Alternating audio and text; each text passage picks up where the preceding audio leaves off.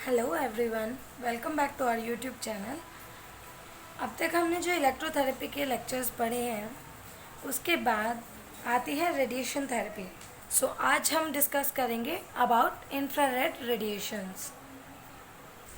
सो यहाँ हम स्टार्ट करते हैं हमारी डिस्कशन। इंफ्रारेड जो रेडिएशंस होते हैं, these are electromagnetic waves with wavelengths of 750 से लेके 4 लाख नैनोमीटर एंड जिनकी फ्रीक्वेंसी रेंज होती है 4 इंटू 10⁻14 हर्ट्ज से 7.5 इंटू 10⁻11 हर्ट्ज के बीच में। हमेशा हमारी जो इंफ्रारेड रेडिएशंस होती हैं उनको प्रोड्यूस होने के लिए किसी सोर्स की नीड होती है। हमारी जो इंफ्रारेड रेडिएशन होती है उसको प्रोड्यूस करने के लिए दो टाइप के जनरेटर्स चाहिए होते हैं, या तो नॉन ल्यूमिनियस या फिर ल्यूमिनियस। नॉन ल्यूमिनस, ल्यूमिनस का मतलब ही होता है जिसमें लाइट हो। तो नॉन ल्यूमिनस वो जनरेटर्स हैं जिनकी खुद की कोई लाइट ना हो, बट ये कंडक्टिंग मटेरियल होंगे जो हीट प्रोड्यूस कर सकते हैं। इसके अंदर आते हैं पोर्सलिन और फायर क्ले। इसमें हम क्या करेंगे, एक हम सिलेंडर जैसी रॉड का यूज़ करते हैं जिसके अंदर इंसुलेटिंग मटेरियल होता है ऊपर, इंसुलेटिंग मटेरियल में फायर क्ले या पोर्सलिन जो भी आ सकता है। इसमें हम करंट अप्लाई करेंगे, करंट जहाँ ट्रांसफ़र होएगा वहाँ हीट प्रोड्यूस होएगी और हीटिंग की वजह से इंफ्रारेड रेडिएशंस जो हैं वो हमारी एमिट हो जाएंगी। उसके बाद आते हैं ल्यूमिनस जनरेटर। ल्यूमिनस जनरेटर वो होते हैं जो एमिट करते हैं इंफ्रारेड रेडिएशंस, बट उसके साथ साथ विजिबल और एक फ्यू थोड़ी बहुत जो है वो अल्ट्रावायलेट रेज भी एमिट करते हैं। इनका एग्जाम्पल क्या हो सकता है, इनकैंडेसेंट लैम्प होता है, जो रेड लैम्प्स हम देखते हैं फिजियो में, लोगों के घरों में भी होता है कभी कभी रेड लैम्प, वो होते हैं ल्यूमिनस जनरेटर जो इंफ्रारेड रेडिएशंस प्रोड्यूस करते हैं। जो हमारे नॉन ल्यूमिनस जनरेटर हैं, स्टील रॉड वाला, एक एग्जाम्पल आप ये देख सकते हैं, देखिए। ओके, एक फिनोमिनन आता है depth of penetration of rays, कि हमारी स्किन में कोई भी रे कहाँ तक गई है, उसका आपको इस स्ट्रक्चर में दिखाई पड़ रहा है कौन सी रे कहाँ तक गई है। इंफ्रारेड जो है हमारी वो मोस्टली सुपरफिशियल एपिडर्मिस में रह जाती है, अल्ट्रावायलेट थोड़ी डीप जाती है डर्मिस तक, और कुछ रेज जो हैं वो सुपरफिशियल फेशिया तक चली जाती हैं। फिर आती है चॉइस ऑफ ऑपरेटर्स, हमें कौन सा ऑपरेटर्स किस चीज़ में यूज़ करना है। तो इसके लिए हमें ध्यान रखना है कि अगर एक्यूट इन्फ्लामेशन हो या रीसेंट इंजरी तो हम वहाँ पर नॉन ल्यूमिनस जनरेटर का यूज़ करते हैं, और पेन के केसेस में हम ल्यूमिनस जनरेटर्स का यूज़ करते हैं, और हमें हमेशा जनरेटर को चेक करके यूज़ करना चाहिए। होप सो यहाँ तक आपका टॉपिक क्लियर होगा। उसके बाद है प्रिपरेशन ऑफ पेशेंट। पेशेंट की प्रिपरेशन हमें कैसे करनी है, क्लॉथ्स हमें रिमूव करनी है, जिस एरिया को हमें ट्रीट करना है उस एरिया पे क्लॉथ नहीं होना चाहिए। स्किन को चेक करना चाहिए कि वहाँ पे सेंसेशन ठीक है या नहीं। कभी हमें पता लगे कि पेशेंट में सेंसेशन ठीक नहीं है और हम उसे हीट कर रहे हैं, तो बर्न के केसेस में भी पेशेंट को कुछ आइडिया नहीं लगेगा। पेशेंट जो है वो हमेशा कंफर्टेबल होना चाहिए।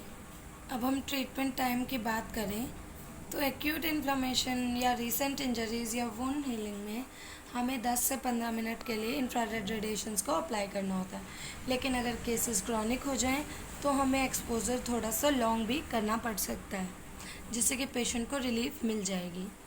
अब हम बात करते हैं फिजियोलॉजिकल इफ़ेक्ट्स की जो हमें मिलते हैं ड्यू टू इंफ्रारेड रेडिएशंस।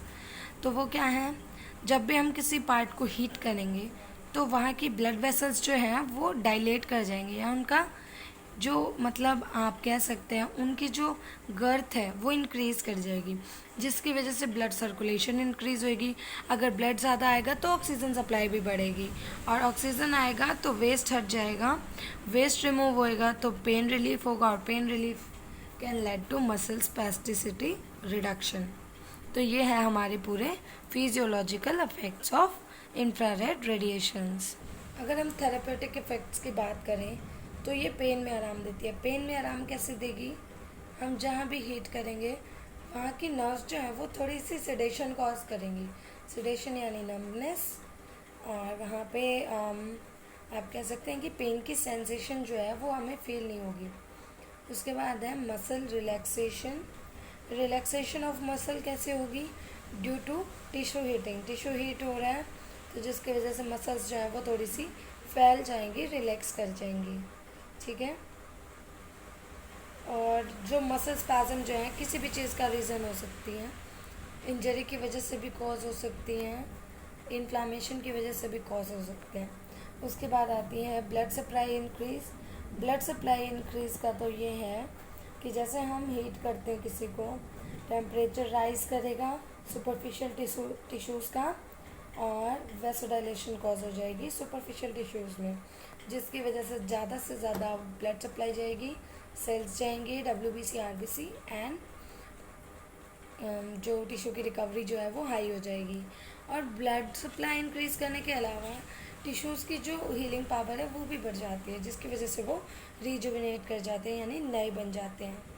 अगर हम इंफ्रारेड रेडिएशंस के डेंजर्स की बात करें तो हम किसी भी चीज़ को हीट करते हैं तो बर्न होने के चांसेस फुल होते हैं। उसके बाद इलेक्ट्रिसिटी है तो शॉक भी लग सकता है, फेंटनेस, बेहोशी हो सकती है, कभी कभी हेडेक की फुल चांसेस हैं, गैंग्रीन डेवलप कर सकता है।